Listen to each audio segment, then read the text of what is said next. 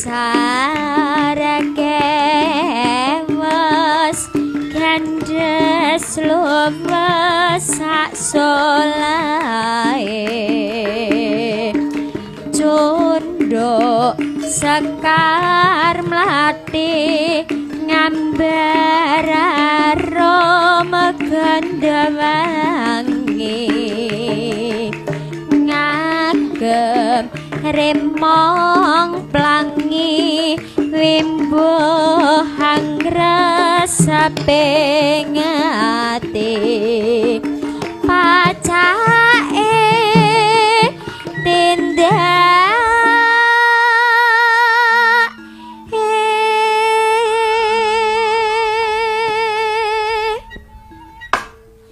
kaya macan luwe blerak sempal lembihane dadi lan pantese angan dika arum gumebyara katon tejane teledak sare hamimbu wingojiwate kang pindha mustika sahebaen dewi ing panggedhe lan sentosa terus lahir batine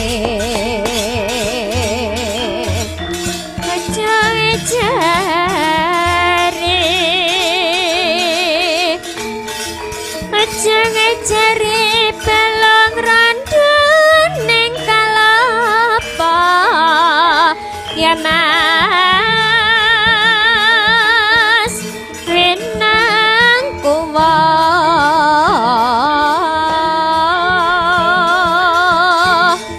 winang kuasaya tidak dia usada Yayi Yayi garwanipun Kakang Yayi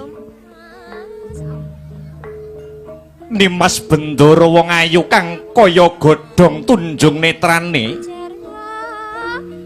garwanipun Kakang Yayi Dresanala puji syukur kunjuk mring Hyang Agung awit kamurahan kabagyan ingkang diparingake marang Janaka apa dene garwaku jeneng sira Yayi Dresanala kapracehna ing ripalungguhan iki Yayi Batari wis ngandhut wijinipun Kakang ingkang tetela minangka talining katresnan miwah panyambunging sejarah Kanjeng Pangeran rinten dalu kula pun Dresanala nyuwun pangestu panjurung mugi-mugi lek ing jejabang ambabar kamulyaning bebrayan ageng Pangeran tulusing kasetyan namung kula kuncukaken dumateng jengandika Pangeran Janaka Nimas Bendoro wong ayu tanpa beda kelawan pun Kakang Yayi rumangsa wis jangkep mareming rasa saya bareng ngamuningani lamun to Yayi Batari wis mbobot sepuh yekti mimbuhi ngrembaka lan ngrembuyung katresnane panengah Pandhawa si Arjuna marang jeneng sira Yayi Batari Dresanala. Duh Pangeran, ngaturaken agenging panuwun dene paduka Pangeran paring sih katresnan suci dumateng kula miwah jabang bayi ingkang kula kandhut Pangeran. Wong ayu Rina kelawan mengisun rewangi cegah dahar kelawan guling ing pengajap ing pengajap muga-muga laire jabang bayi. Muga-muga laire jabang bayi besok bisa anetepi marang kekudangan. Dadiya satriya pepunjuling jagat minangka pandam pandoming kautaman ya Yayi Yayi Dresanala.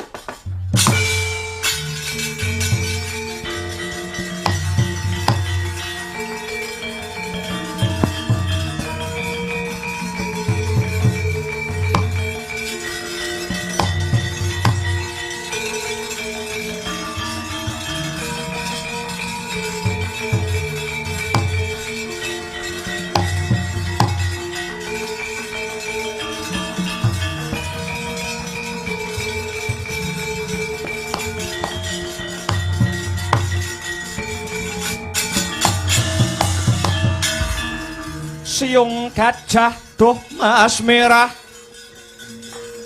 Indrajit pantunungipun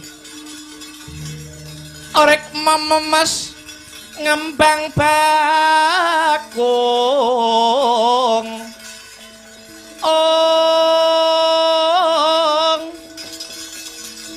nyengker gading ngrengga caca jaraweng ranu duh wong ayu singa tirta mangsa janma baya sapa kang anyucup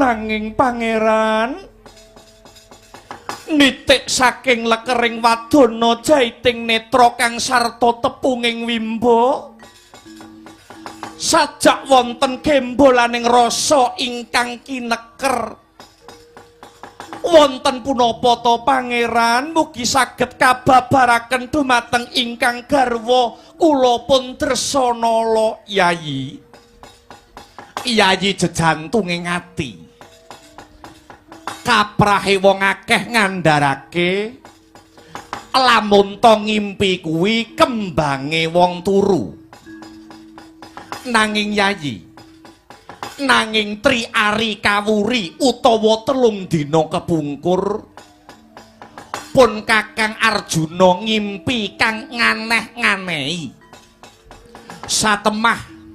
satemah pangimpen maurina wengi mung tansah hangreridu batine Arjuna pangeran mbok ampun dipun penggalih kanthi sanget to pangeran la estunipun paduka pangeran Arjuna menika nyupena menapa ra Yayi pun kakang ngimpi kalamun kahyangan swarga dahana kene ketrajang wujute banjir bandang ombak kang gedhe mau ora ngemungake nrajang kahyangan swarga dahana nanging pun kakang kelawan jeneng sira Yayi Dresanala uga melu kentir keli kena aluning ombak pangimpen mau pranyata nandes sajroning penggalihipun kakang nganti tekan ripalungguhan sak mengko isih gawang-gawang pangimpen mau siang pantaraning dalu tansah gumana musik jroning penggalih kira-kira supenanipun kakang kang kaya mangkono mau kira-kira bakale ana pratandha apa ya Yayi Dresanala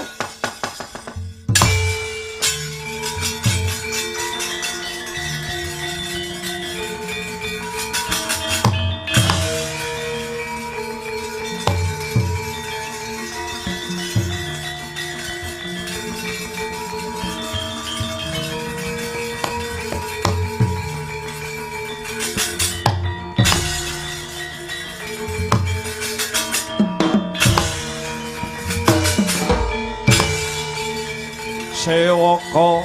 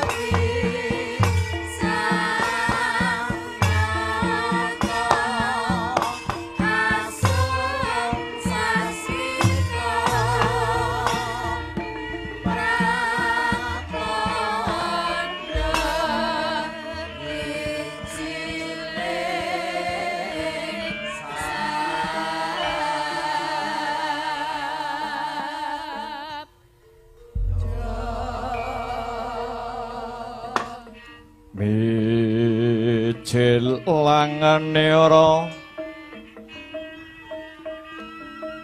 sang nar pati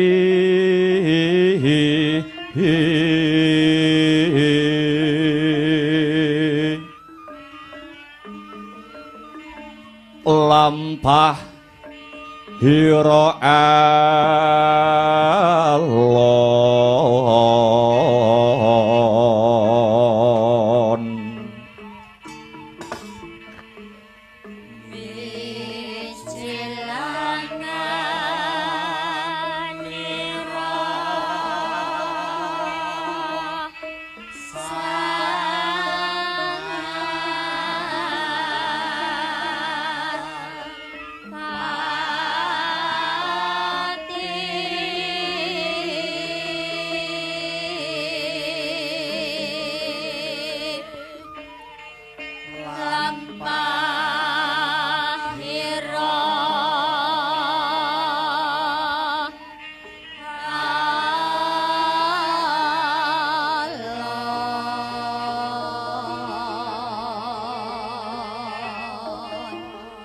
ginarebak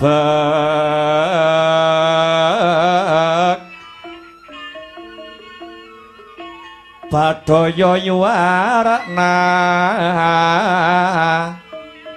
nira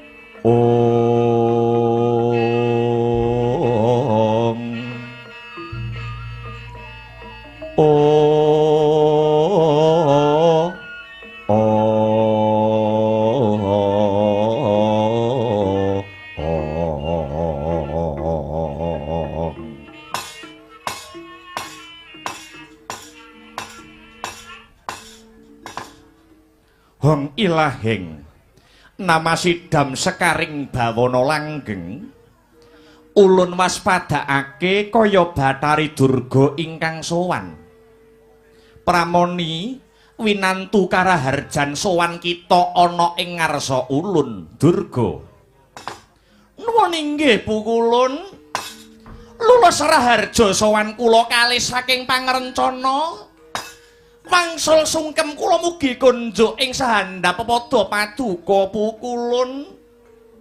Iya pramoni sun tampa gawe lega tias ulun. Durga sakwuse satata anggon kita ngadhep daya-daya ulun mundhut pirsa ana wigati apa dene kita sowan marang Kahyangan Junggring Sailaka pramoni. Nuwun inggih waleh-waleh menapa pukulun sowan kula ing ngarsa paduka ingkang wigatos atur wuninga bilih kula tinangisan dening ingkang putra pun Dewasrani piyambakipun motah nyuwun palakrama pukulun Dewa Srani nyuwun palakrama. Nuwun inggih. Banjur putri ngendi sing dikarepake dening Dewa Srani Durga? Duh Pukulun, kadidene winalik rasa kula. Ingkang dipun kersakaken kaliyan Kang putra pun Dewa Srani mboten wonten sanes yoganipun Pukulun Bathara Brahma ingkang nami Bathari Dresanala. Pukulun permara reh manguswamya ngambrang kadikaronaning kaswasih ring marga Hemalatkung are sang kanda mastrat maca leng-leng lalu manguladi Soraya mangrangsang waya Soraya mangrangsang waya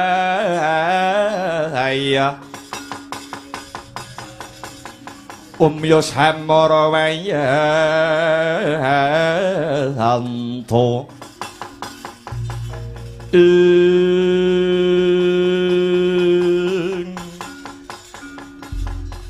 iya jagat Dewa Bathara ya jagat Pangestungkara Pramani wonten dawuh Pukulun sadurunge kita matur akeh-akeh luwih dhisik ulun paring roh marang jeneng kita. Wektu dina iki Dresanala wis ora katon pupur lamat gelung malang utawa ora katon randha lan prawan. Awit ing ripalungguhan sakmengko Dresanala wis jinatu krama dening panengah Pandhawa yaiku si Arjuna utawa Janaka Durga.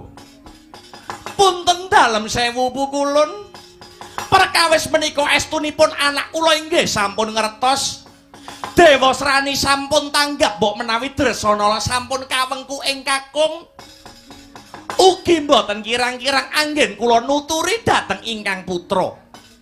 Namung nyatanipun do Pukulun, tutur ketawur mboten saged guguraken pikajengipun pun Dewa Srani. Kepara Dewa Srani sampun patembaya. Mboten badhe palakrama menawi mboten kaliyan Dresanala Pukulun. Inggih labet saking puteking manah kula paripaksa kula sowan paduka Hyang Adi Pukulun. Duh Pukulun, kula namung borongaken wonten ngarsa paduka. Kados pundi murih kasembadaning sedya Kang putra Dewa Srani saged dedhaupan kaliyan putri Swargadahana. Nuwun inggih pun Dresanala Pukulun.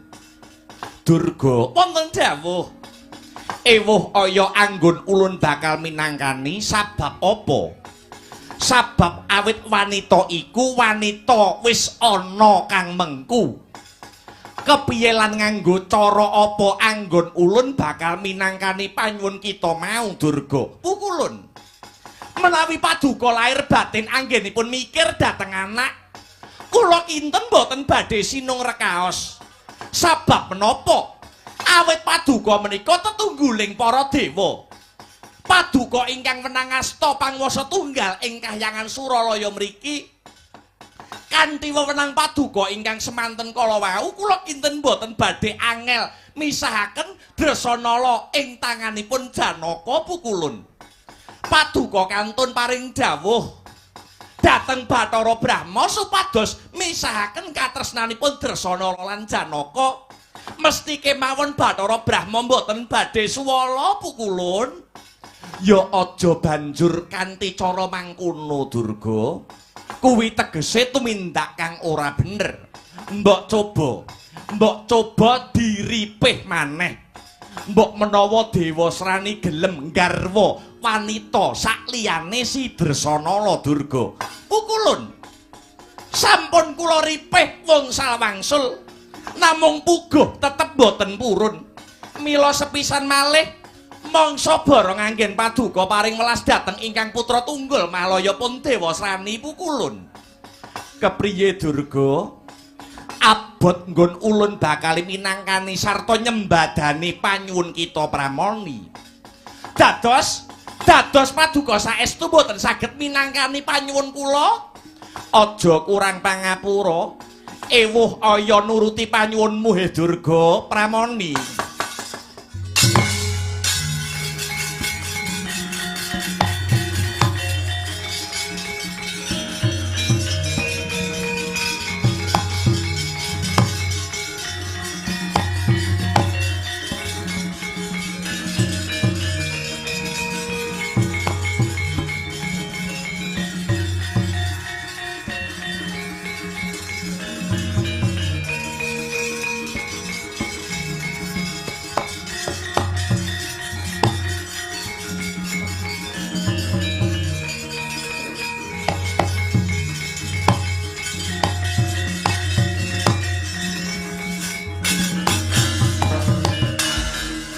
Leng-lenging driya mangu mangun gong kanduhan rimang lir-lena tanpa kanin ing lir-lena tanpa kanin yen tantulusa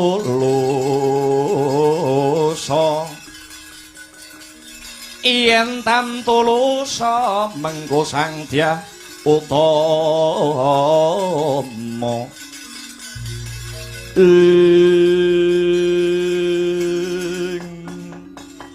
anakku ngger Dewa Srani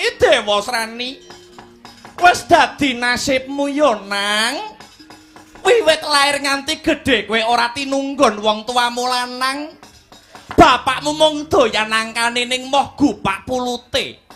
Dewa Srani kowe aja ngaya-wara ngaku anak ratu ning dewa. Mundhak tiwas kisinan dhewe kowe Dewa Srani. Bapakmu wis ngemohi kowe Dewa Srani. Wiwit kowe lair nganti saiki dadi ratu, kowe durung tau ngrusui bapakmu. Lagi saiki duweni penjaluk lah kok dianggep abot. Tinimbang Ndedawa Wirang alung tak pateni dhewe kowe Dewa Srani.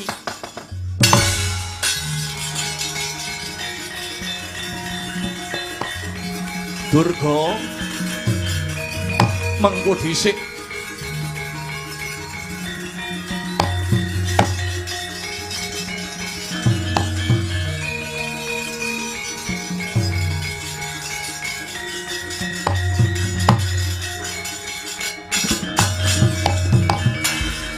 mengko dhisik sabar sakwetara Durga Pramoni kula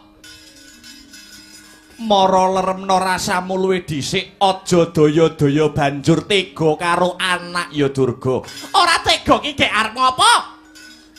Pancen anak wis ora diakoni kok ora ditegake ki gek nggo apa jajal? Sing ora ngakoni Dewa Srani ki ya gek sapa? Lah nyatane ditangisi anak ora gelem nuruti. Yo ngerti ayon kaya ngene dadine biyen aku ora sudi digonceng alur kidul diinep ning hotel. Hotel cedhak Semaga. Wis. Durga wis. Aja tekan ngendi-ngendi yo. Ulun wis nglenggono babakan iku kabeh. Mara lungguwa Kang Prayoga ulun bakal nyoba budidaya sarta minangkan sing dadi panyune anakmu Dewa Srani. Duh, matur nuwun Bu Kulun, matur nuwun.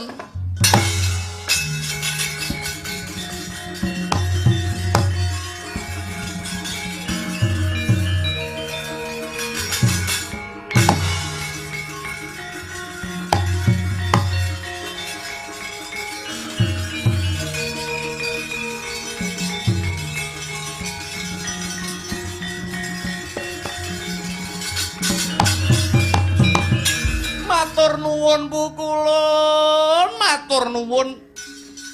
Saderengipun matur nuwun prasajan kemawon Blaka Suta blakutang terus terang. Menawi ngantos wurung ingkang dados panyuwun kula, menawi ngantos gagar ingkang dados gegayuhanipun Dewa Srani, mesti kelakon wadi paduka kula ler sak nggen-nggen Bu Kulun. Kula sebar wonten pundi-pundi. skandal Bathara Guru. Aja Durga aja. Aja nganti memirang marang kawibawane Ratu Kahyangan. Kulup Indra Suropati wonten dawuh duh Rama Wukulun. Mara gage timbalana sowane Bathara Brahma ya Sang Budawaka. Kadawan marak ing ngarsa ulun lho nggih ngestakaken dawuh duh Rama Wukulun.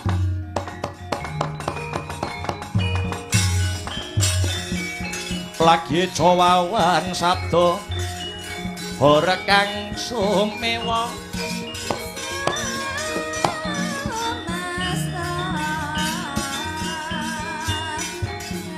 gegering pasewakan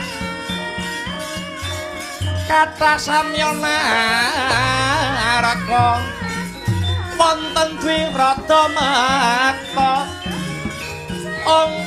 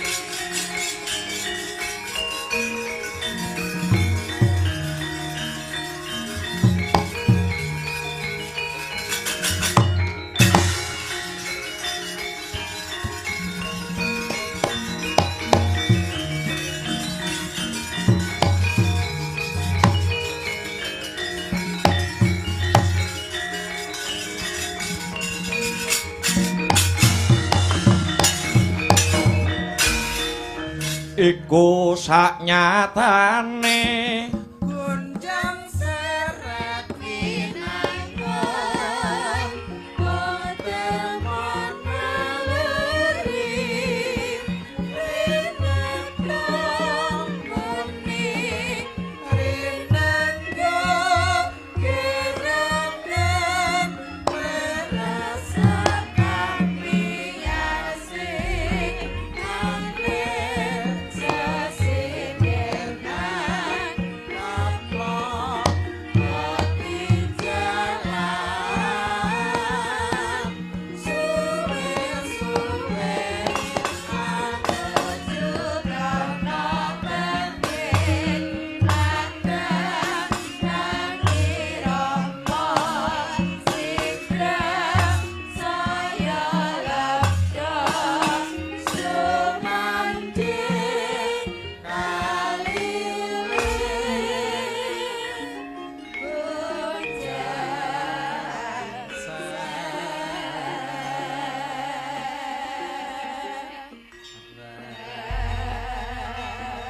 Hanjarah kang puspita harum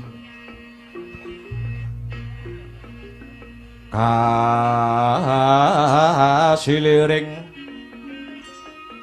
samirana mrek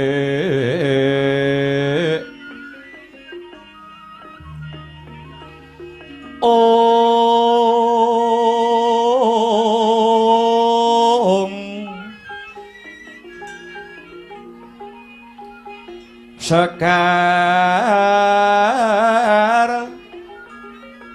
kadung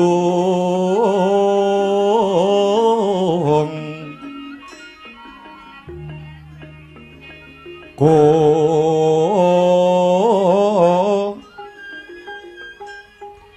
ngas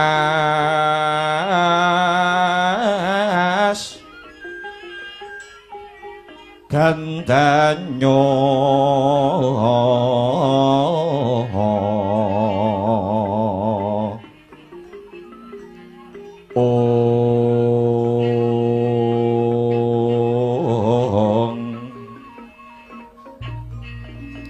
maweh rarasaning driya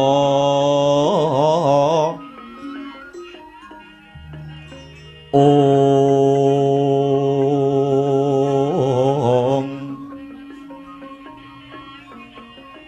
Ong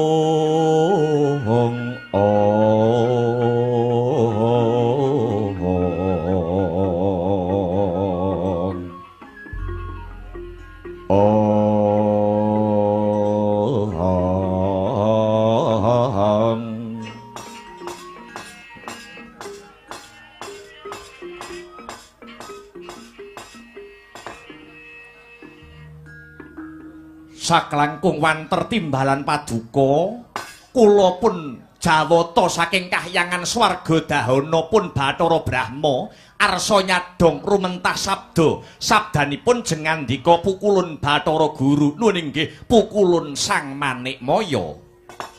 Brahma pun ulun arep takon marang jeneng kita Bathara Brahma. Duh pukulun paduka pukulun badhe nyuwun pirsa babagan menapa duh Rama pukulun? Brahma pangwasa kahyangan tunggal ingkang mapan ana kahyangan Suralaya kene kuwi sapa Brahma? Duh pukulun pangwasa tunggal ingkang boten wonten tunggale inggih muhung namung jengandika Rama pukulun Bathara Guru. Sing wenang nemtokke abang ijone lelakon sapa Brahma? Mboten wonten sanes ingkang menang nemtokaken abang ijonipun lakon nuwun inggih paduka Rama pukulun Bathara Guru. Yen aku kandha ngalor dewa sanesipun inggih badhe ngaler. Yen aku kandha ngidul dewa sanesipun tartamtu inggih badhe ngidul duh pukulun. Bagus. Yo yen pancen kaya mangkono Brahma, aku bakal perintah marang jeneng kita Bathara Brahma Mara diage jeneng kita Bathara Brahma baliya ana kahyangan kita kahyangan swarga dahana. Dina iki uga pegatna katresnane anakmu Dresanala kelawan Janaka Brahma. Om pukulun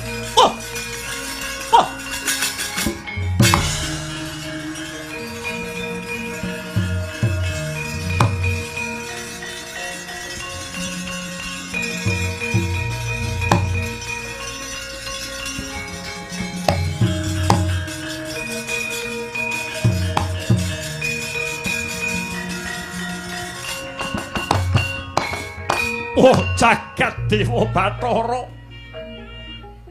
ya jagat Pramudita, kados sinamber gelap rasa kula pukulun. Kenging menapa paduka Rama pukulun ngendika mbok menawi kula kedah misah katresnanipun Janaka kelawan Dresanala. Kamangka sakmangke Dresanala sampun ngandhut wujudipun jejabang bayi. Wohing katresnan antaraning anak kula Dresanala kaliyan satriya panengah Pandhawa pun Janaka pukulun. Nyuwun pangapunten. Awrat anggen kula badhe nglampahi jejibahan menika duh Hyang Adi pukulun. Brahma ing sekawit kita wis ngucap dhewe bakal nindakake apa kang dadi dawuh ulun. Kenang apa kok sakmengko kita mbadal dawuh ulun. Eling Brahma, lati pakarti kudu nyawiji. Apa maneh sing paring perintah pangwasa tunggal kahyangan Suralaya. Yen sira mbadal dawuh ulun, yen sira mbantah apa sing dadi dawuh pangandikane pangwasa tunggal kahyangan Suralaya, apa kira-kira kowe kuat nampa siku denda saka Bathara Guru? Nanging kepripun nasibipun jabang bayi sadroning kandhutanipun Dresanala ingkang boten weruh kintang kimpuling lelakon menawi benjang agengipun nangletaken tiyang sepuhipun duh Rama pukulun. Aja kuwatir rasamu Brahma, yen Janaka wis ngalih saka kahyangan swarga dahana, anakmu Dresanala bakal ulun dhaupake marang putra ulun ya kuwi si Dewasrani. Nanging pukulun ora susah nganggo nanging. Budhalo dina iki Brahma pothok mati aku.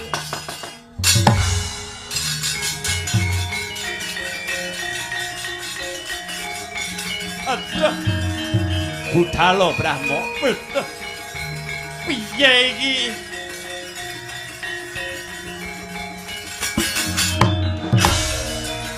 Ladalah.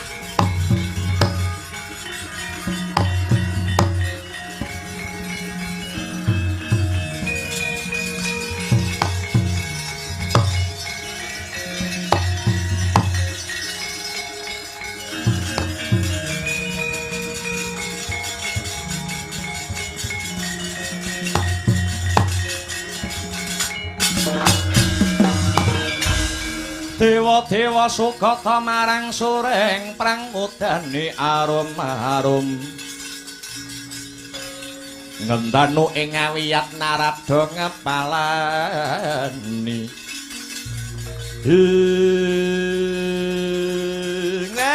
ladalah pragenjang pak pong waru dayeng kali cedengetan iline sate gule enak rasane sinden ayu enak rasane lah iki. Adi Guru wonten dawuh Kakang, pripun panjenengan kok ngaten niku pripun? Menawi paduka badhe misahke katresnane Janaka lan Dresanala ateges wonten paribasan idu dinilat malih. Si Janaka lan Dresanala menika rabi awit saking perintah paduka. Mangka kula sampun mireng pekabaran yen to sak mengko Dresanala sampun ngandhut wujudipun jejabang bayi. Wah ing katresnan antarane Janaka lan Dresanala. Lah kok samenika paduka badhe pisahaken katresnane Janaka lan Dresanala niku ngangge dasar napa? Ngangge wewaton napa? Kakang Narada, sedaya pernatan menika kula ingkang damel. Menawi wonten awonipun kahyangan sanes Kakang Narada ingkang dados parantutuan, nanging mesti ulun ingkang tinempuan. Mila sedaya kedah sak pakon ulun boten kenging mbadal dawuh ulun. Lho iya ning aja ngono ta? Aja ngono. Kula ngerti panguwasa tunggal menika wonten asta paduka. Ning Adi Guru kudu eling. Adi Guru kudu eling paduka ndapuk para dewa dados nayaka menika kadawan menapa? Menapa namung kadawan ngamini tumindak paduka ingkang sewenang-wenang menika? Kula kadhapuk dados mantri muka menika kejawi mbiyantu jejibahan paduka. Kula inggih kadawan ngemutaken bilih paduka menika kesupen inen ngleresaken menawi paduka menika tumindak lepat. Kakang Narada, Dewasrani menika putra ulun. Napa kula klentu menawi kula nglabuhi marang anak? Lho, ora kleru, wong nglabuhi anak kok kleru iki piye to? Lah nyatanipun kenging menapa Kakang Narada nyentulani ngang dados pikajeng ulun. Kedahipun Kakang Narada imut wonten tetembungan anak polah bapa kepradah. Lho, wong tuwa kena meradai nyang polahe anak. Ning ya didelok dhisik, polahe mau kaya apa. Lah iki. Yen polahe anak ngarumke jenenge wong tuwa wajib meradai. Ning nek polahe anak gawe kucem saged netelke jabatane wong tuwa, ya kudu dielingke ta. Mboten namung kok diujuk mawon niku mboten Adi Guru. Wis akeh kedadian. Wong tuwa tetel pangkate ilang jabatane merosot derajate banger jenenge mung sabab nglabuhi anak sing ora bener tumindake. Paduka kedah emut Adi Guru dados ratune para dewa, tumindakipun kedah adil Adi Guru, kedah adil. Sedaya kedah dipun penggalih. Niat paduka menika lepat awit badhe misahaken tiyang jejodohan mung nuruti karepe anak karo bojo. Bathara Guru ratuning dewa paring dawuh boten kenging wola-wali menawi Kakang Narada boten sarujuk kalian pikajeng ulun Kakang Narada saged ninggalaken kahyangan. Welah dalah.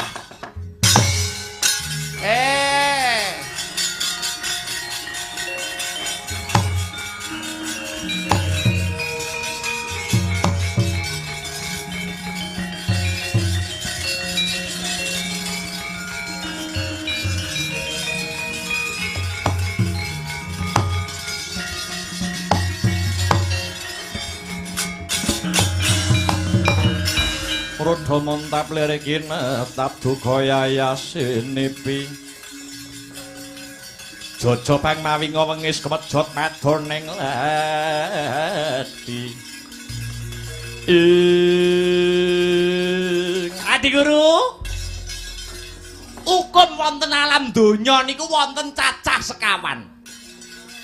Siji hukum adat, loro hukum kodrat, telu hukum negara, sing pungkasan hukum karma utawi hukum dharma.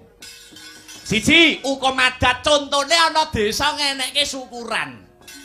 Syaratnya kudu mujuti sesaji ingkung kebo, dandeng desa kono ora kuat tuku kebo, kena disiasati tuntut gedang disikili papat, diwenehi sungu, niku pun muni kebo, danyange ya ora kenyih. Ngaten.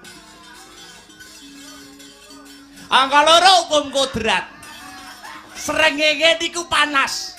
Ning kena disiasati gawe payung utawi capil. Lah niku. Angka telu. Angka telu hukum negara niki nek kena disranani kena disiasati. Watone duwe duit akeh, hukum niku kena dienggak-enggokke sak karepe blenduke wetenge dhewe. Ning sing pungkasan hukum karma utawi hukum dharma. Niku hukum itu mindak sapa nandur bakal ngunduh, utang bakal nyaur, nyilih bakal balekake. Sing gawe bakal nganggo. Ing atase aku mung rekoso mikir, beteke mung mikirake, lah kok ngetokke siungge dupeh lagi dadi panguwasa. Panguwasa kinarya gada. Narada pun mboten gumun, Narada babar pisan ndak gumun. Beda apa aku ning kene? Kahyangan hawane panas nunggak waru, Narada ora melu-melu.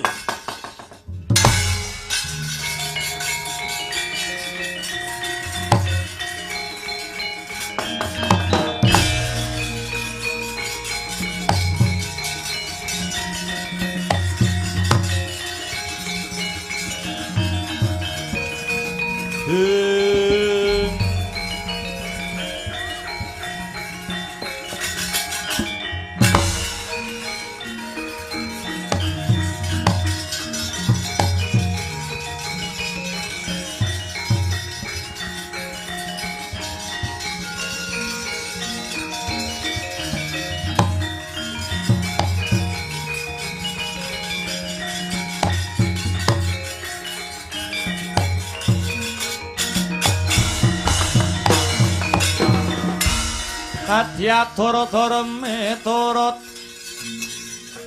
hanut sumarang mring Gusti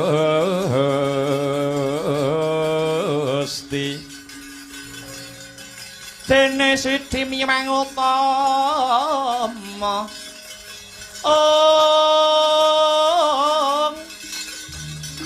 panindak ing praja adil bejo dadi bandara ore narepan mring pro abdi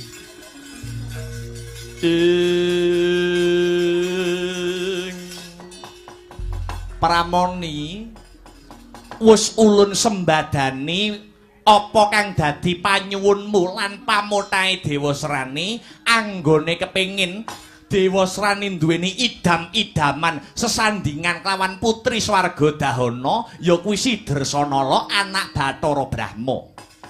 Ing ripalungguhan iki pun ulun wis minangkani kang sarta nyembadani kabeh Pramoni. Duh matur nuwun Bu Kulun, paduka nek nuruti karep kula ngaten kok rumangsa kula, rumaos kula kok saya suwe saya ganteng, saya suwe kok saya ganteng. Ya ampun.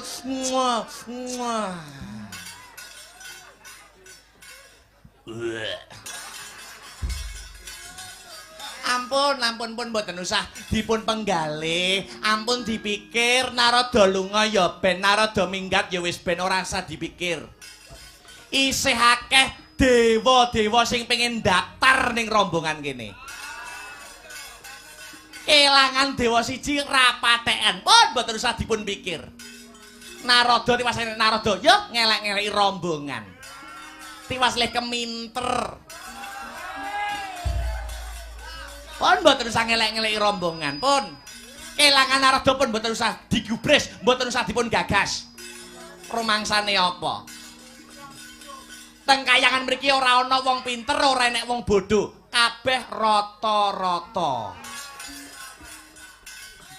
Nek sing minteri kok dikiplas mawon. Dewa model kaya ceret ngono kok. Cangkemmu muni piye mau? Cangkemmu muni piye? Mbok kira aku wis sadah ngono, Rumangsane aku wis sadah. Aku mbok lone dewa kaya ceret, kupingku sing krungu, kupingku sing tengen. Mbok kira sudarungan apa piye Narada? Mangsane bola-bali tak titeni lho. Kayangan nganggerene Betari Durga, hawane mesti kesro, hawane mesti panas. Dasare Durga dewane begenggek. Aduh, pukul! Pukul!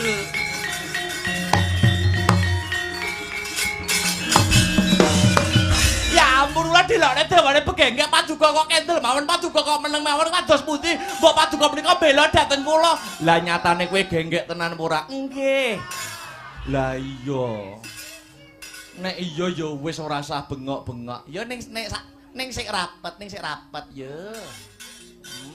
Karo maos kula kok. Iya. Wis tak pinangkani pun mboten usah gagas Narada. Lunga ya ben lunga. Seragame kok ninggal. Nggih.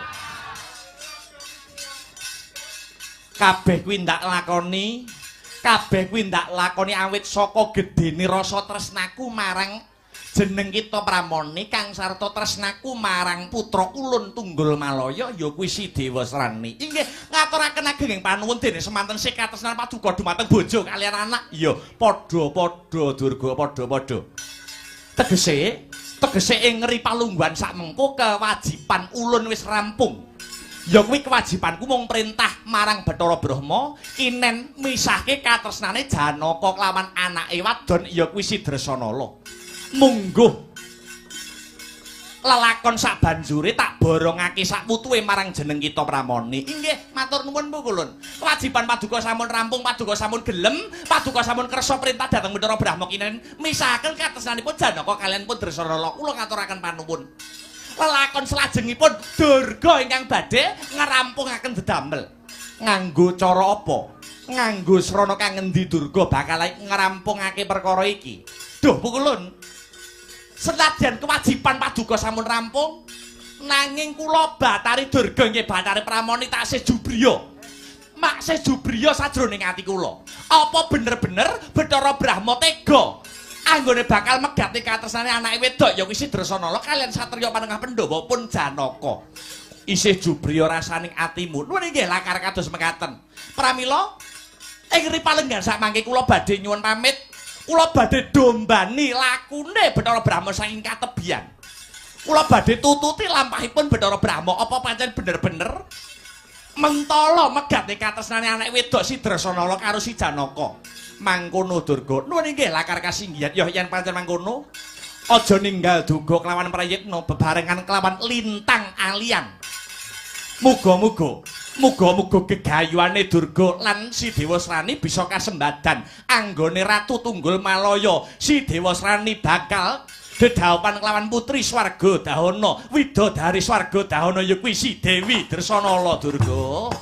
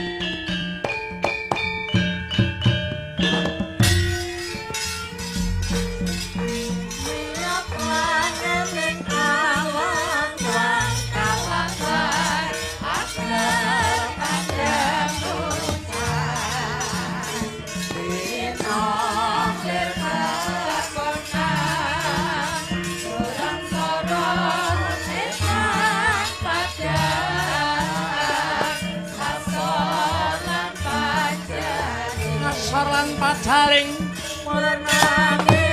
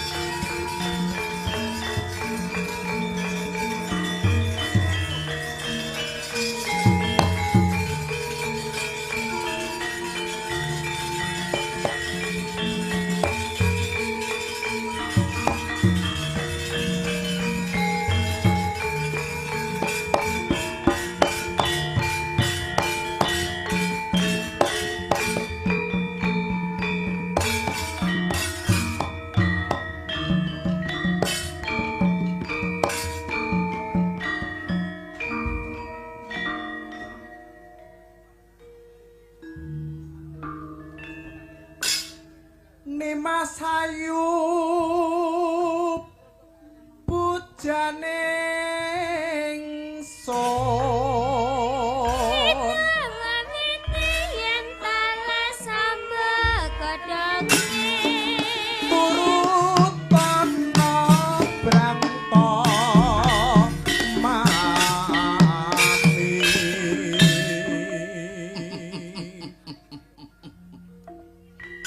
ora ana wong wadon kang kuwawa njirep arasaku kejaba mung sliramu wong ayu Dresanala. Yayi jejimating Tilamsari tambanana brantanipun Kakang Dewasrani. Dresanala mara madhep papun kakang jogawe jiwa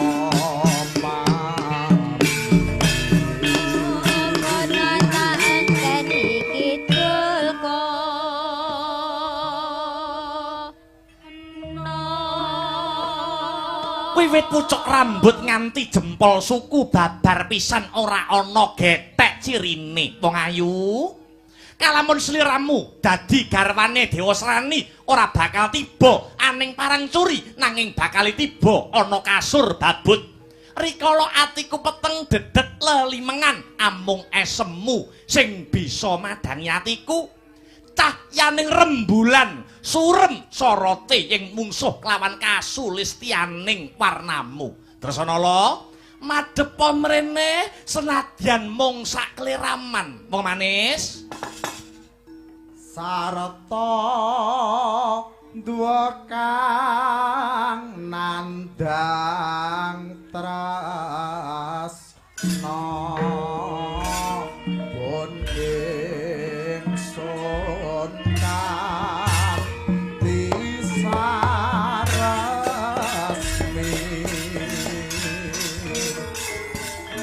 Dresanala memani ing kalbu jejantung ing ati. Kowe aja lunga. Kowe aja ninggal aku ya Dresanala. Dresanala. Dresanala.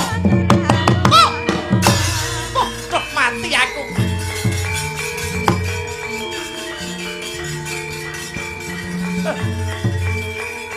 Kanjeng Ibu.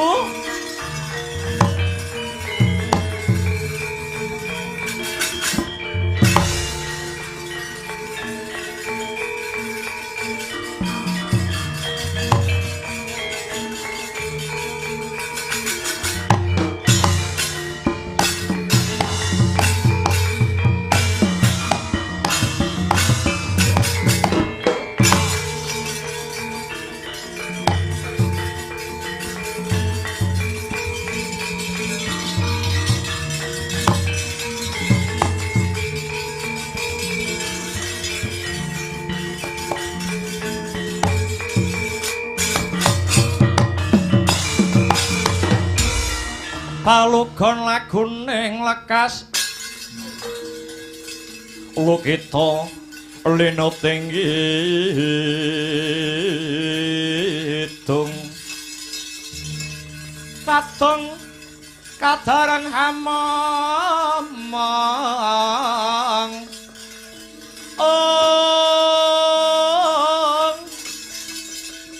memangon manah rahayu hayu ana tanah golong gumolong manaduka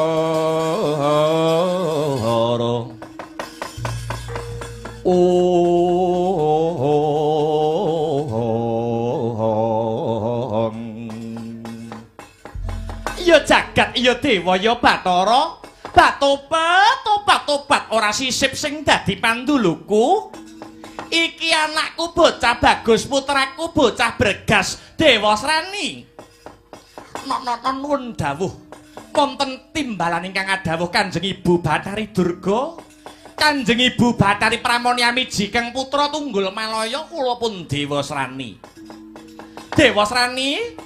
aja susah sing dadi rasamu aja sedih sing dadi pamikirmu pun ibu wis ndungkap apa sing ndok kepinginake ya kuwi anggonmu duweni pengajap sesandingan kelawan atmajane Bathara Brahma widodari saka kahyangan Swargadahana kang sesilie Dewi Dresanala.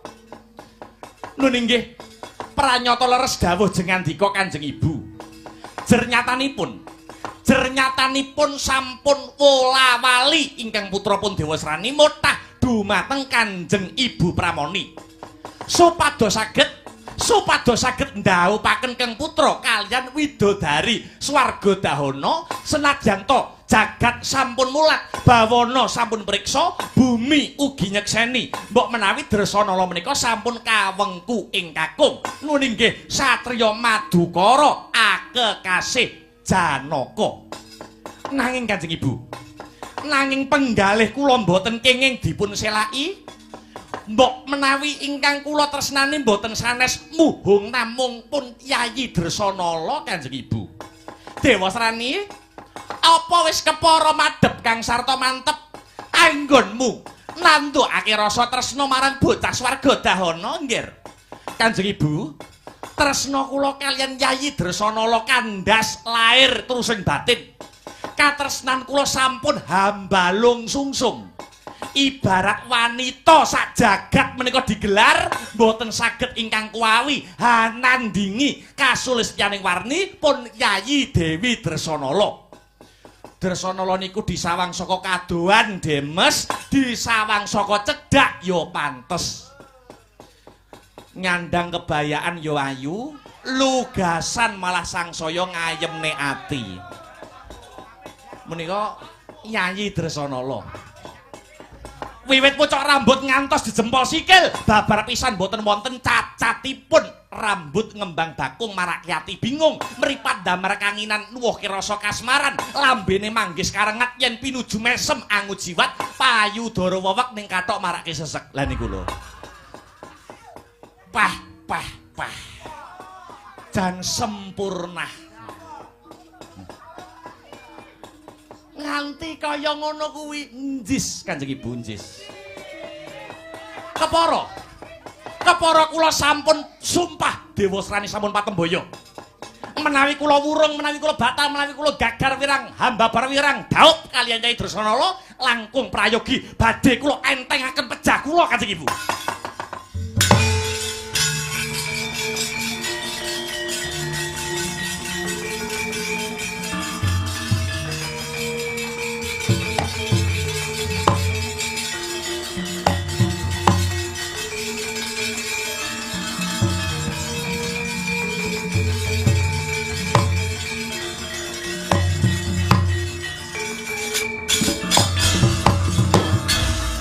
Sotyaning sun Gusti welasa tasih kaswasih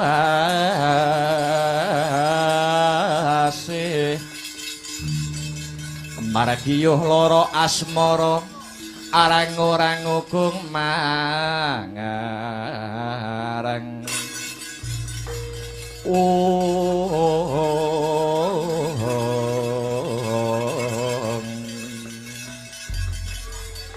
aja mopo rasamu cah bagus.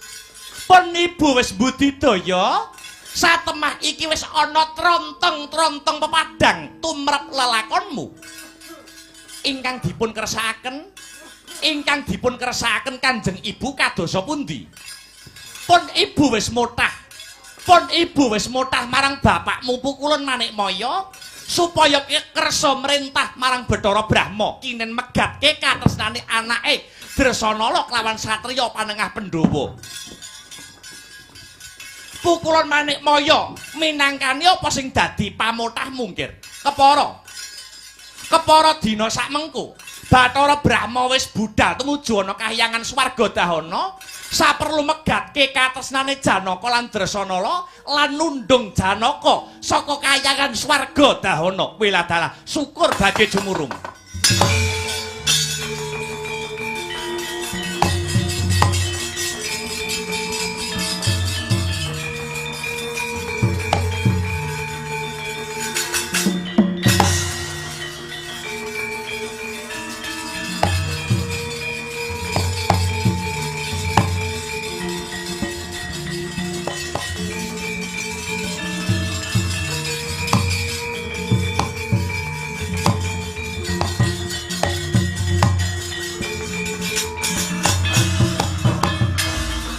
Ngaturaken agenging panuwun dhumateng Kanjeng Ibu. Dene ageng sekatresnan paduka mring ingkang putra ingkang sampun budidayaaken murih panjangkaning katresnan kula saged kasembadan. Iya kula Dewasrani. Kabeh iki mung saka rasa tresnanipun ibu kelawan jeneng kita Dewasrani. Nanging ing ripalungguhan iki aja ninggal marang pengati-ati. Pun ibu isih jubriya marang Bathara Brahma. Apa pancen bener-bener tega megatke katresnane atmajane kelawan satriya Madukara si Janaka mula dina sakmengko? Kula dina sakmengko pun ibu bakal ndombani apa sing dadi lakune Bathara Brahma mring kahyangan Swargadahana. Jeneng kita Dewasrani uga sisan melu kelawan lakune pun ibu. Mengko yen Janaka wis kelakon lunga saka kahyangan Swargadahana, Dresanala enggal pondo ngenyemot mring negaramu tunggul Malaya Dewasrani. Prawaca dawuh pangandika paduka Kanjeng Ibu, kang putra namung mangestuaken dawuh. Kowe Pinjongkala ratu saka negara Parang Lembang kawula wonten dawuh Sang Tandya Bathari Hamiji dhumateng kula pun Prabu Pinjongkala. Ing ripalungguhan sakmengko kirapna wadyabala saka negara tunggul Malaya. Mbok menawa iki mengko ana bobol barating lelakon. Ana sing ora narimake pegate si Janaka kelawan Dresanala. Kowe sak wadyabalamu negara tunggul Malaya kudu jumangkah, kudu kumrembyah. Sendika ngestaken dawuh Sang Tandya Bathari. Wadyabala kajiman miang baju barat aja nganti keri dikanthi kabeh. Surak siaga aja nganti ana kang kecicir. Ayo enggal lon-lonan lumaku ana kahyangan Swargadahana budhal dina iki. Umrih kang bala lumares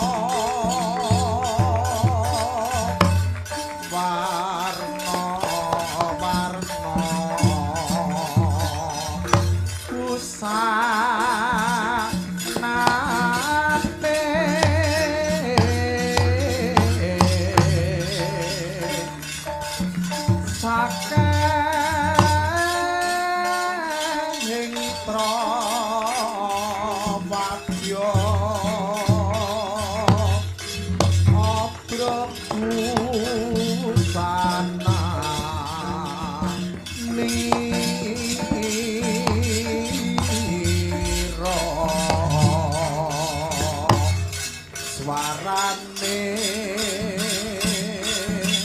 ra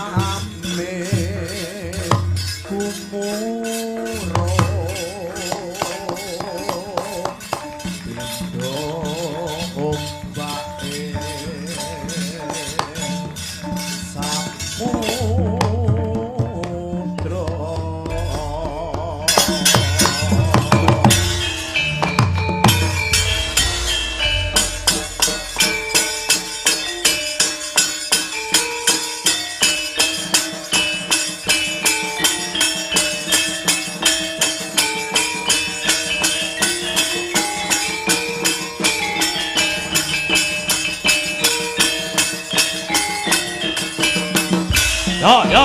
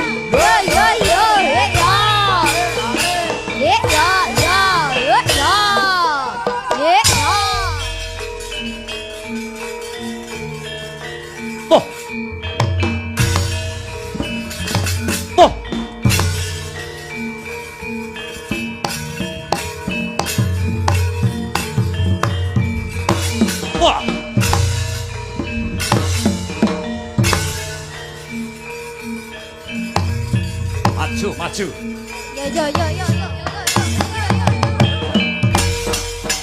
Hey.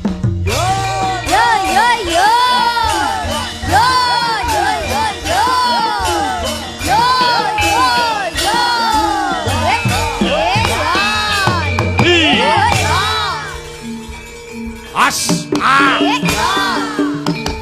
Hey.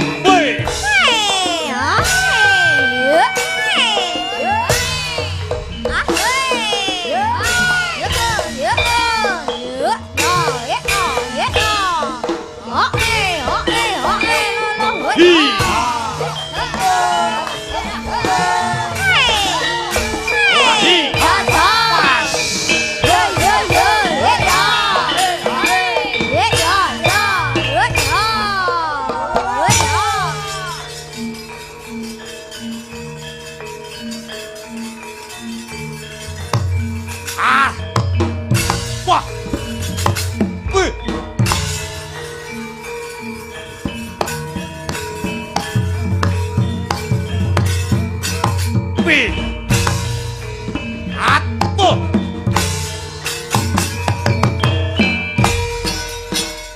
Hey.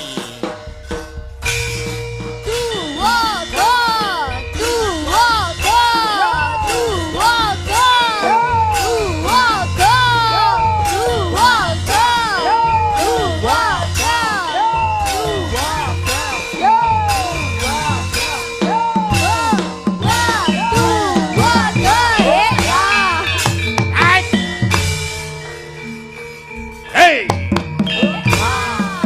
Ash.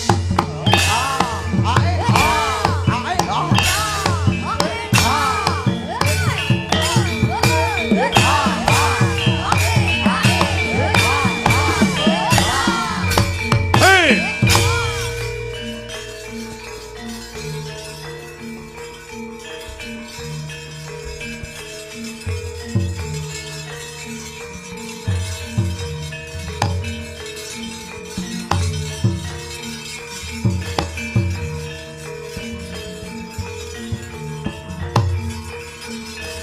Yo, maju, maju.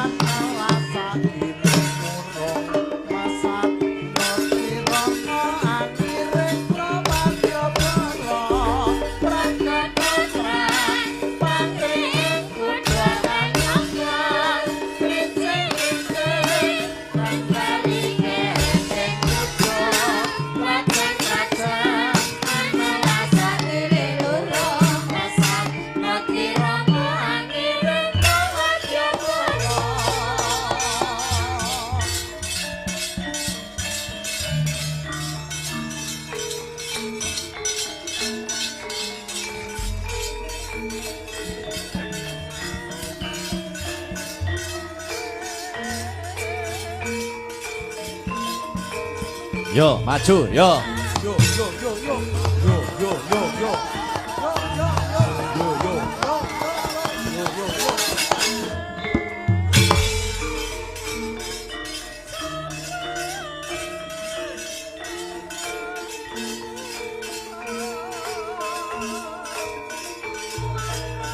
Oh, ah. Ah. Hey.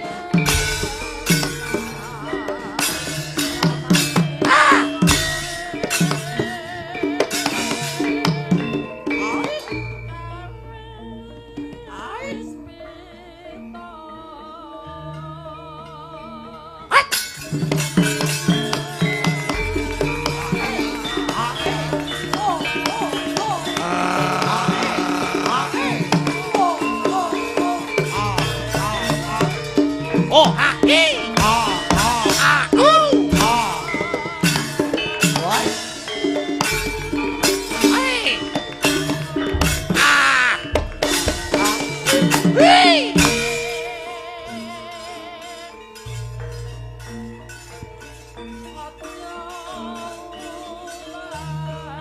Hey.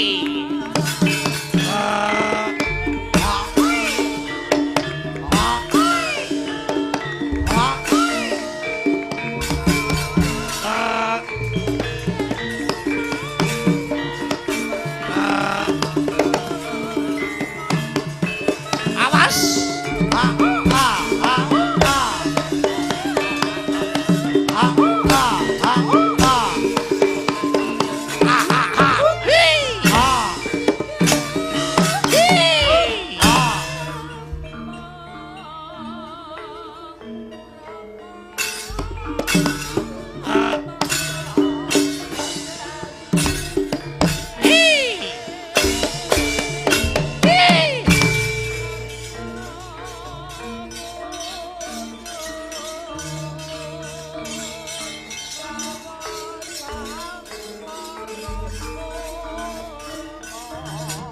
Wah.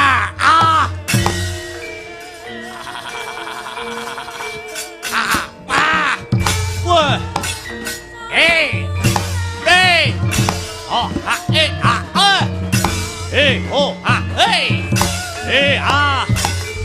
ha, oh. Wah, air.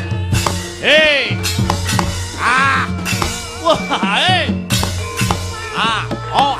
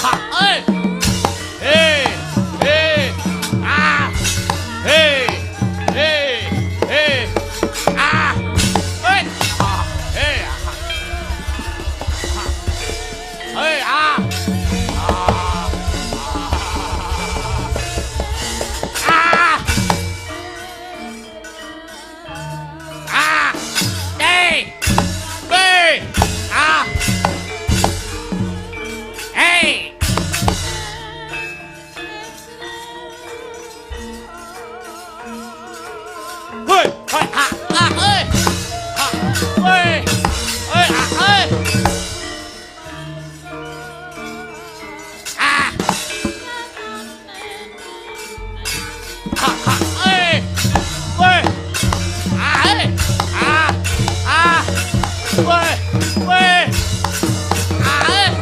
Oh, oh,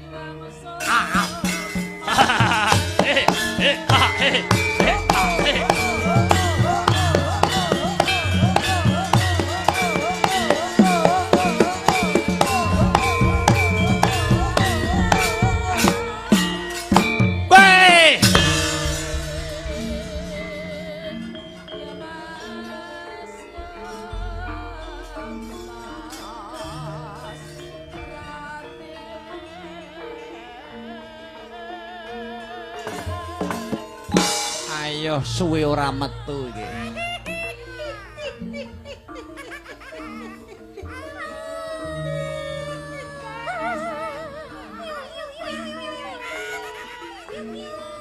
Ayo budal yo. Budal nonton wayang ning Pengkol ayo.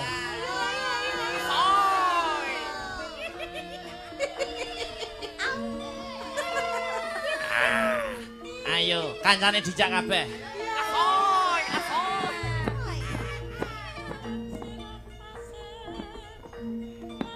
Ayo.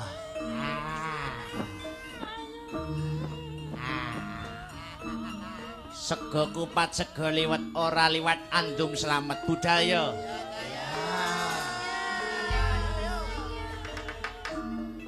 Budal.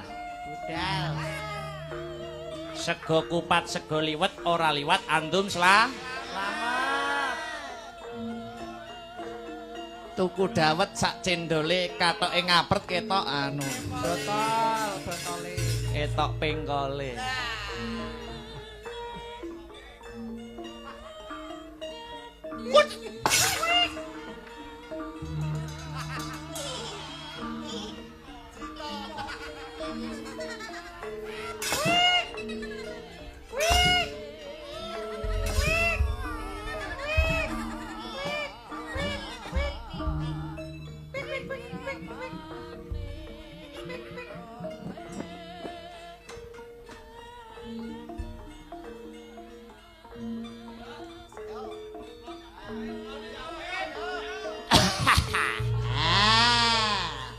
Aci.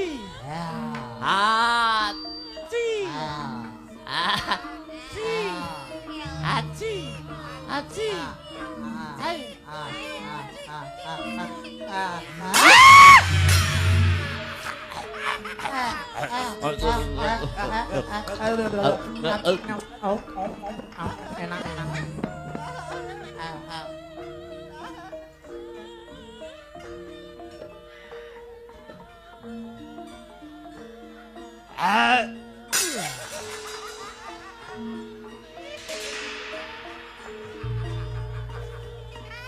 Nyenengne cah cilik-cilik iki.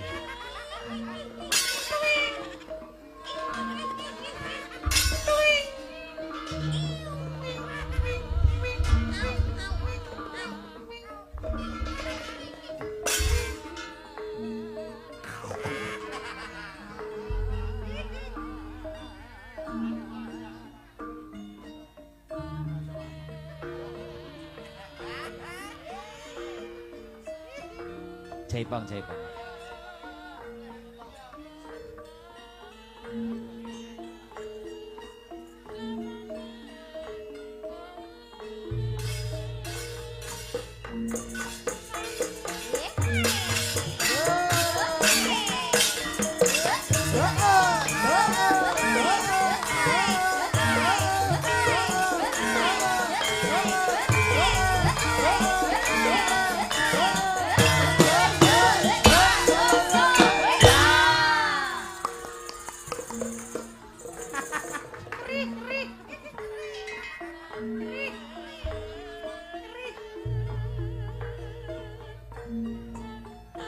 Yo, do budal kabeh yo.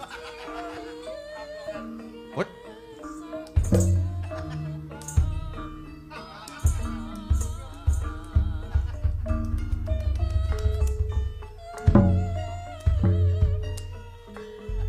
Allahu Akbar. Jimu iso adan. Mbak Renjel. Disiapkan, siap gerak. Siap gerak.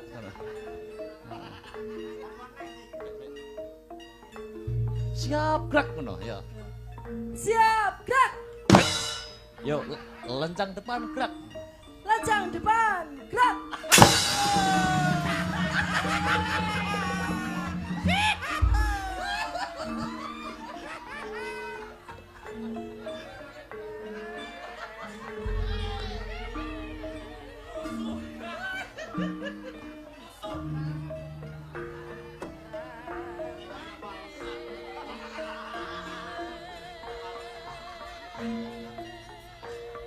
Limbuan sik nggih.